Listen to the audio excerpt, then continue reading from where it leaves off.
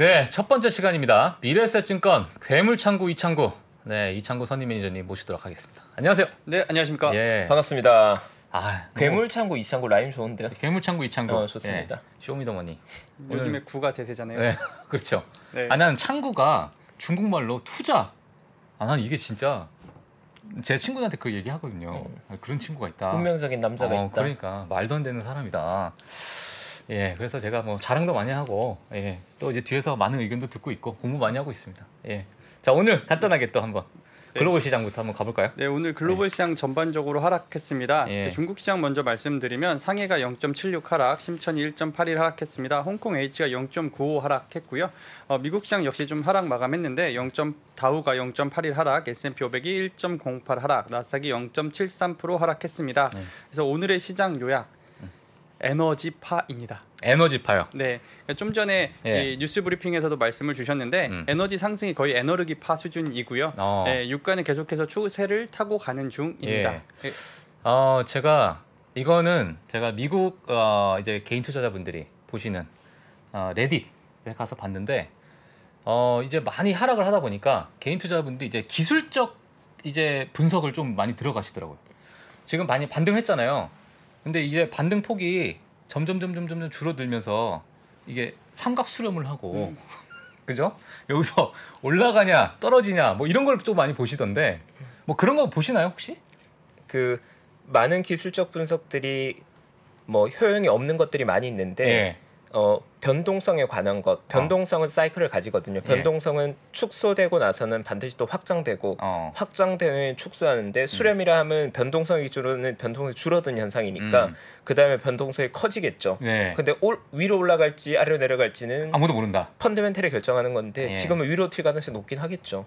위로 튈 가능성이 네, 높다. 변동성이 확장되면 위로 튀겠죠. 지금은 왜냐하면 펀더멘털이 그러하니까. 네. 네. 어떻게 이창구 선임님은 저는 좀 전에 이제 최파고님 말씀 주신 거에 좀 어느 정도 동의하는데요. 예. 그러니까 바벨 전략이 필요한 시점인 것 같아요. 그러니까 바벨 지금 전략. 우리가 에너지 계속해서 추세를 타고 있다고 말씀을 드렸는데 추세를 타고 있는 이런 에너지나 계속 우상향하는 이쪽이랑 또 하나는 낙폭 과대주를 좀 많이 관심을 가지시잖아요. 근데 이제 낙폭 과대주의 대표적인 게 몇 가지 있죠. 뭐 클린 에너지도 포함이 되고 뭐 전기차도 있고 특히 뭐 중국의 ADR 같은 경우 어제 큰 폭의 반등이 있긴 했었는데 그런 부분들도 어느 정도 장기적 성장이 보인다라고 했을 때는 그 바벨 전략이 필요할 것 같습니다. 그러니까 바닥에 있는 주식들과 현재 추세를 차고 있는 주식들을 균형을 조금 맞추시는 게 필요할 것 같고요.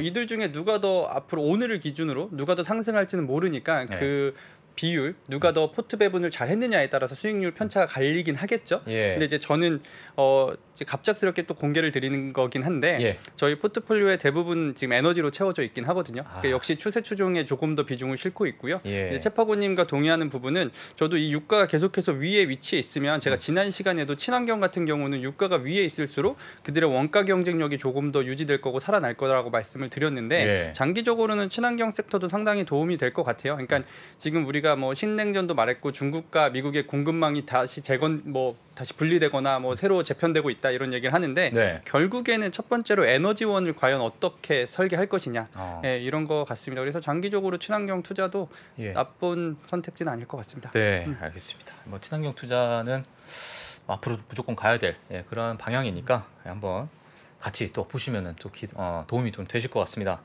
올해 뭐 경제 성장률이 좀 낮아질 것이다. 자, 이런 뭐 의견이 많이 있는데. 네, 맞습니다. 그러니까 우리가 보면은 세계은행에서 전망치를 4.1에서 2.9%로 하락시켰어요. 그래서 이유를 세 가지 정도 들었는데요. 전쟁으로 유가 폭등, 공급망 교란 상황, 식량난 우려를 이제 이유로 들었습니다. 그리고 또 OECD 역시도 세계 경제 성장률을 4.5에서 3%로 하향했고요.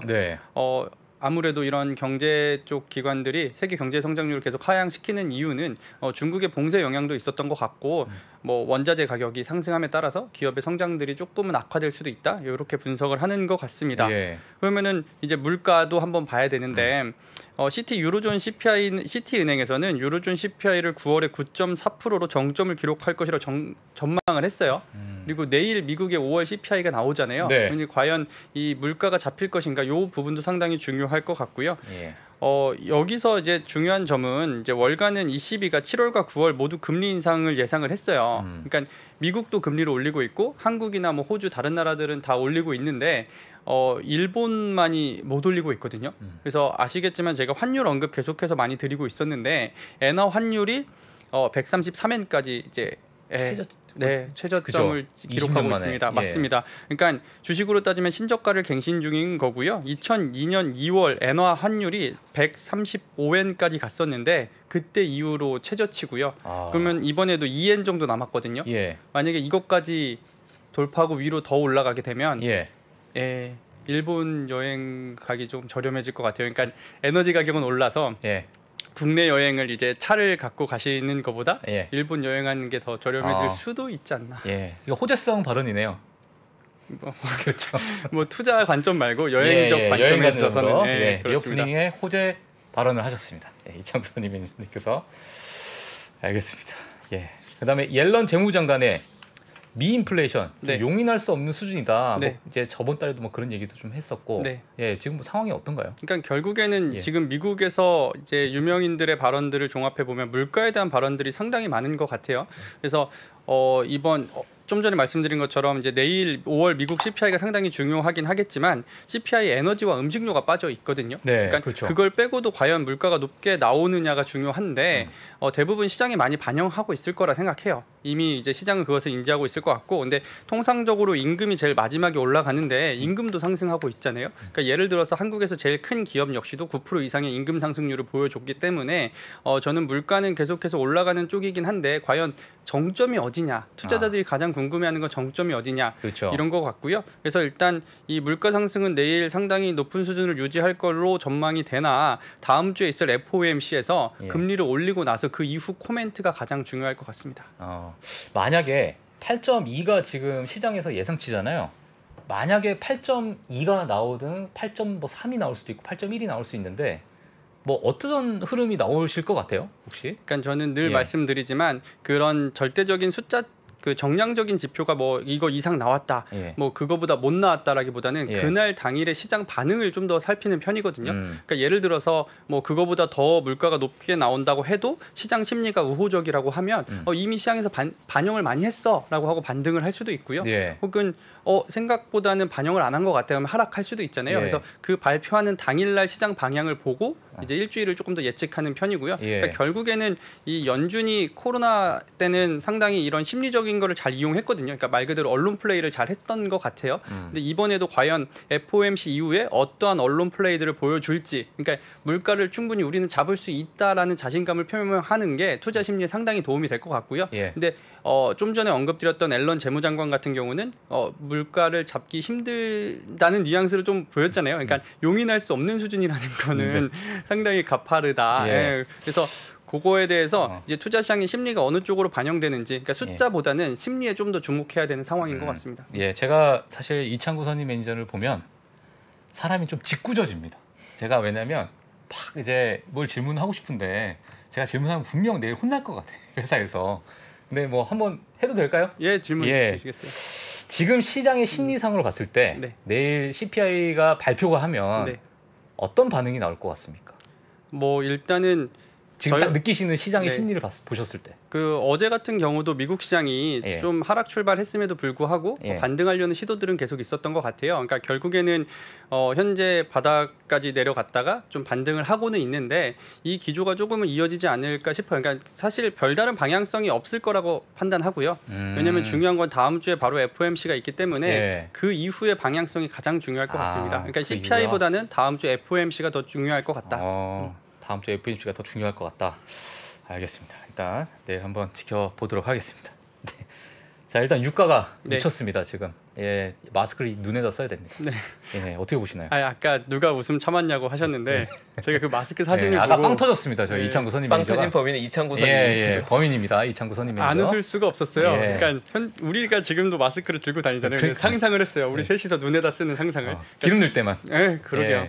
그 정도로 많이 올라 있고, 그래서 슈퍼 유가라고 제가 써놨는데요. 3고 현상입니다. 고금리, 고유가, 고달러인데 그 유가가 전쟁 시작했을 때 130불까지 갔었거든요. 근데 현재 122불 부근으로 최고가 부근에 있고요. 2008년 7월에 146불을 넘어설 수 있을 것인가. 그러니까 150불을 간다라고 하면 이것도 역시 몇십 년 만에 최고치를 경신하는 거고요.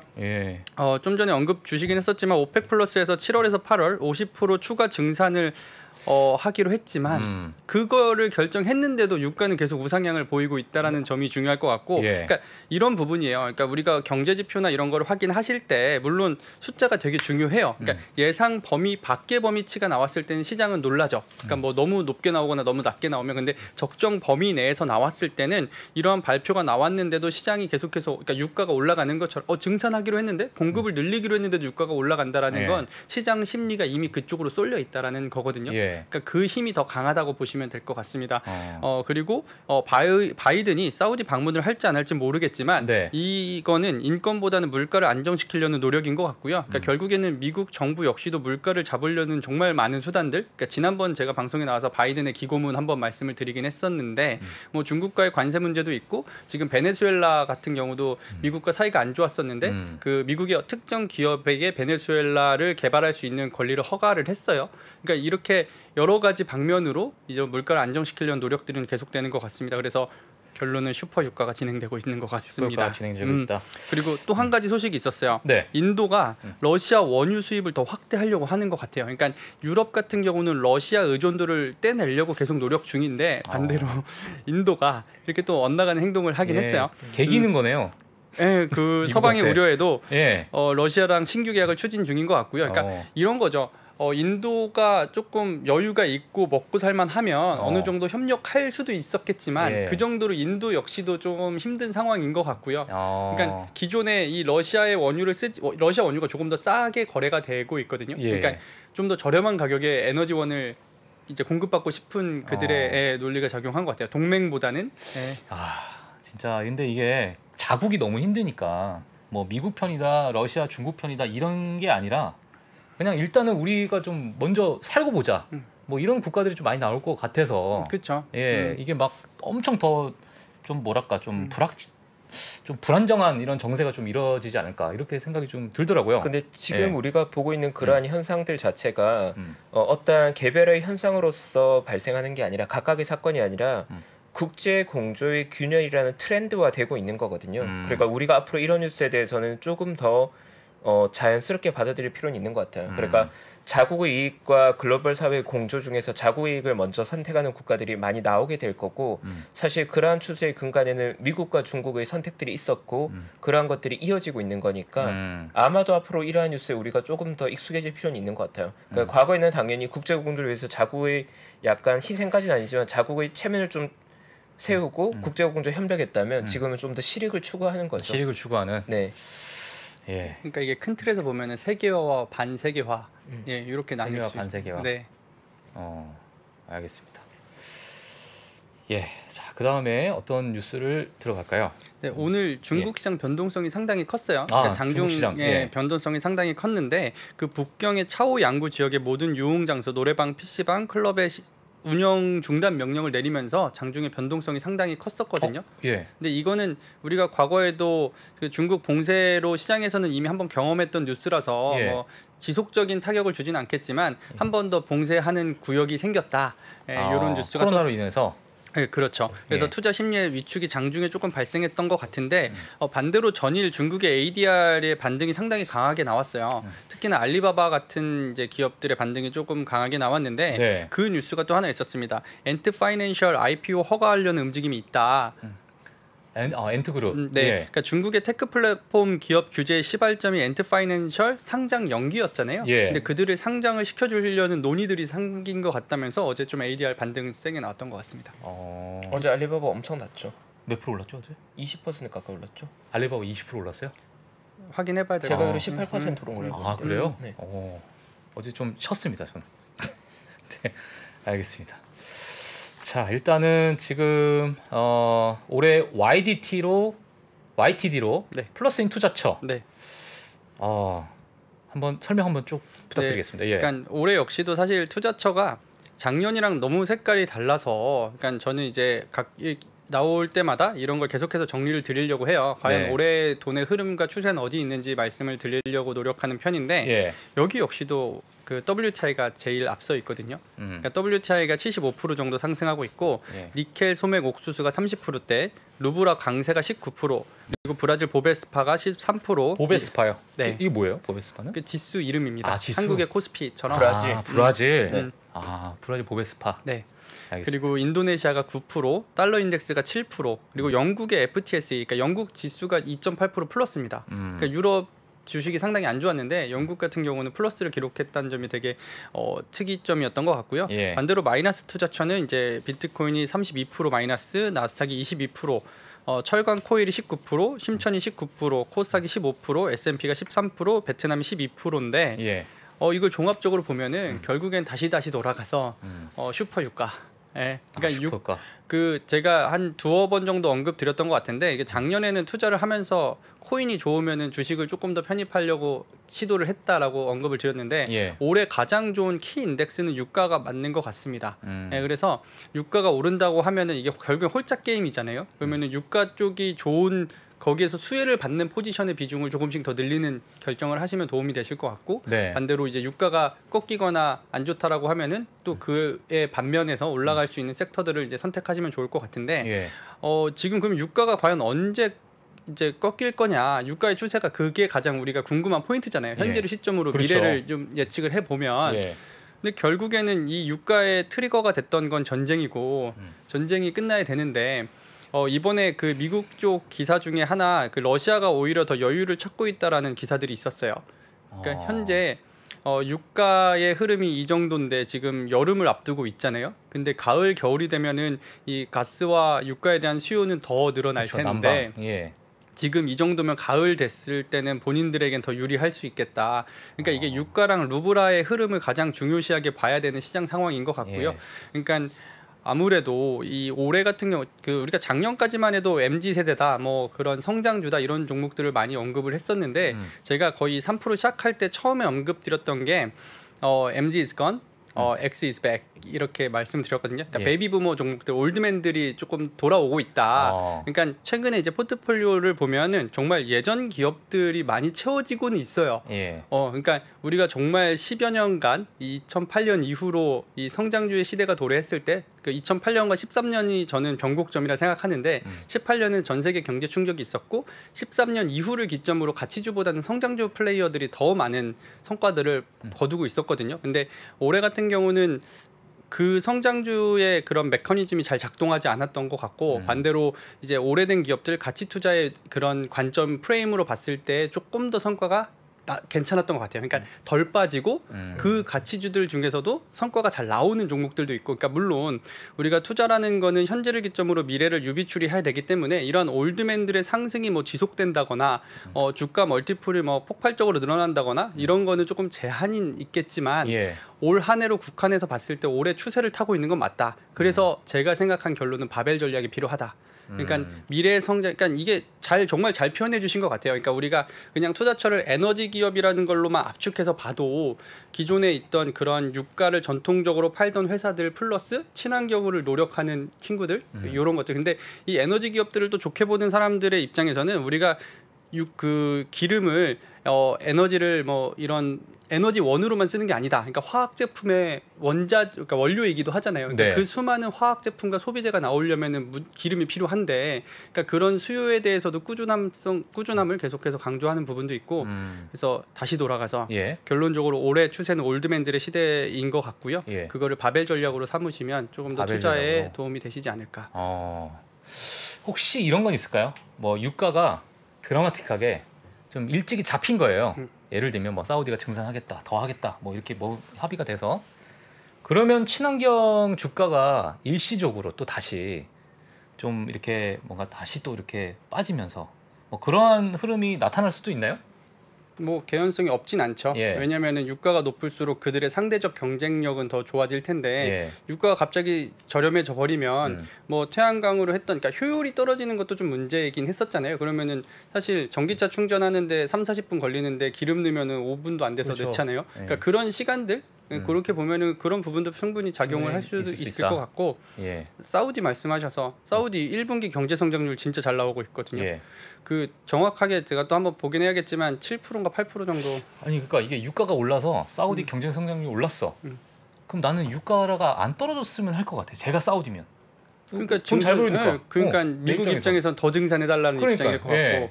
왜 내가 가격을 왜 낮춰야 돼? 뭐 이렇게 볼 수 있을 것 같은데. 근데 지금 사우디가 불편하게 느끼는 부분은 뭐냐면 네. 유가에 대한 가격 결정권을 사우디가 가지고 있었는데 지금은 그들이 가격 결정권을 가지고 있는 게 아니잖아요. 네. 그리고 예전부터 사실 원유 유가라는 건 정치적 목적으로도 많이 활용된 거거든요. 예. 그러니까 우리가 단순히 기름 팔아서 돈 번다 이게 끝이 아니라 사실 기름 팔아 그냥 돈 번다라고 하면 사실 너무 심플하게 보는 거인 것 같고 그렇죠. 그 유가의 조절을 통해서 그들이 얻고자 하는 이권을 얻어왔고 국제적 지위를 유지해 왔던 건데 지금 사실 그들이 가격 결정권을 가지고 있는 게 아니잖아요. 외부적인 환경에 많이 매크로적인 요인들이 많이 작용하고 있잖아요. 그게 불편한 거죠. 네. 이때 만약에 그들의 가격 결정력을 한 번 더 보여주고 외교적으로 얻을 수 있는 수단들을 많이 얻어간다면 물론 사우디가 지금 뭐 돈이 필요하겠어요? 하긴. 그들에게 중요한 가치가 돈일까요? 예. 돈은 없는 사람들이 돈이고 그들이 필요한 건 돈이 아닐 거예요. 예. 네, 빈쌀만이 저희랑 동갑이에요. 그렇죠. 네. 지금 MBS가 원하는 건 네, 돈이 아닐 현타옵니다. 거예요. 예. 네. 국제적 지위를 한 단계 상향시키고 싶겠죠. 예, 네, 알겠습니다. 예, 자 오늘 뭐 여기까지 또 이창구 선임 매니저께서 너무 또 자세하게 설명해 주셔서 감사하고요. 저희는 내일 또 뵙도록 하겠습니다. 네, 지금까지 미래에셋증권 이창구 선임 매니저님이셨습니다. 감사합니다. 네, 감사합니다. 예. 감사합니다. 네, 오늘 또 그 괴물창구님과 함께 시황 리뷰해봤고요. 뭐 시황 사실 매일 듣는 건데 저 이상한 게 창구님과 시황이 얘기가 그렇게 재밌어요. 말도 많아지고 너무 재밌어. 네, 예. 괴물창구에 제가 시간이 너무 빨리 너무 빨리 가요. 가는데 예. 시간이 아쉬울 정도로 예. 네, 오늘도 좋은 얘기 많이 나눈 것 같고요. 네. 저희 이어서 2부 아마도 많이 기다리고 계셨을 것 같습니다. 중국 시황 항상 잘 정리해 주시는 찔링님 오시니까요. 금방 광고 보고 와서 다시 모시겠습니다. 미국, 중국, 러시아 이런 나라들의 움직임에 대해서는 관심이 어느 정도 생겼는데 거기에서 우리는 과연 뭘까? 우리는 체스판의 말이 아니다라는 생각을 좀 해보면 좋겠어요. 어떻게 생각하세요? 우리 편 누굴까를 좀 더 고민할 수 있지 않을까 싶어요. 뒤집어 질문을 해보면 그러면 아시아에는 우리 친구가 있을까요? 제가 지구본 연구소 진행하면서 사실은 되게 마음에 걸리는 이만한 짐이 하나 있어요. 우리 옆에 있는 동남아를 내가 모른다. 우리가 처해 있는 아시아라는 지역을 자꾸 방관하고 유럽이나 미국의 어떤 시각에 맞춰가지고 그런 이제 개별적인 지식 이런 것들이 묶여가지고 큰 흐름들을 만들어내는 이야기, 그런 경험.